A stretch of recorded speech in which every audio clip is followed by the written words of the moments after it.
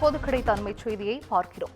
கோவை மாவட்டம் மேட்டுப்பாளையத்தில் பவானி ஆற்றங்கரை பகுதிகளுக்கு பேரிடர் மீட்புக் குழுவினர் வருகை புரிந்துள்ளனர். பவானி ஆற்றங்கரையோரம் வசிக்கும் மக்களின் பாதுகாப்பு கருதி 10க்கும் மேற்பட்ட பேரிடர் மீட்புக் குழுவினர் வருகை புரிந்திருக்கிறார்கள். பில்லூர் அணையிலிருந்து 16,000 கன அடி நீர் பவானி ஆற்றில் வெளியேற்றப்படுவதால் வெள்ள அபாய எச்சரிக்கையும் விடுக்கப்பட்டிருக்கிறது.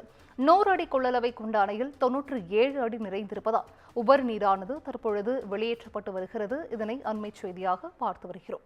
கோவை மாவட்டம் மேட்டுப்பாளையத்தில் பவானி ஆற்றங்கரை பகுதிகளுக்கு பேரிடர் மீட்புக் குழுவினர் வருகை புரிந்துள்ளனர். கூடுதல் விவரங்களை செய்தியாளர் ஞானசேகரன் வழங்கிட கேட்கலாம். ஞானசேகரன், வணக்கம். இது குறித்தான முழு விவரங்கள்.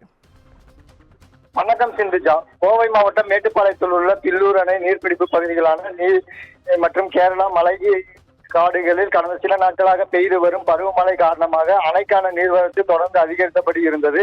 100 அடி கொள்ளளவு கொண்ட பில்லூர் அணை நீர்மட்டம் நேற்று காலை 78 அடியாக இருந்த நிலையில் நீர்வரத்து அதிகரித்து தற்போது அணையின் 97 அடியாக உள்ளது. இதனால் அணையின் பாதுகாப்பு கருதி வினாடிக்கு 18,000 கன அடி தண்ணீர் பவானி ஆற்றில் திறந்துவிடப்பட்டு வருகிறது. இதையடுத்து மாவட்ட நிர்வாகம் சார்பில் கரையோரம் உள்ள பொதுமக்களுக்கு வெள்ள அபாய எச்சரிக்கை விடுக்கப்பட்டுள்ளது. பொதுமக்கள் அனைவரும் பாதுகாப்பான இடத்திற்கு மாவட்ட நிர்வாகம் சார்பில் அனுப்பி வைக்கப்பட்டுள்ளனர்.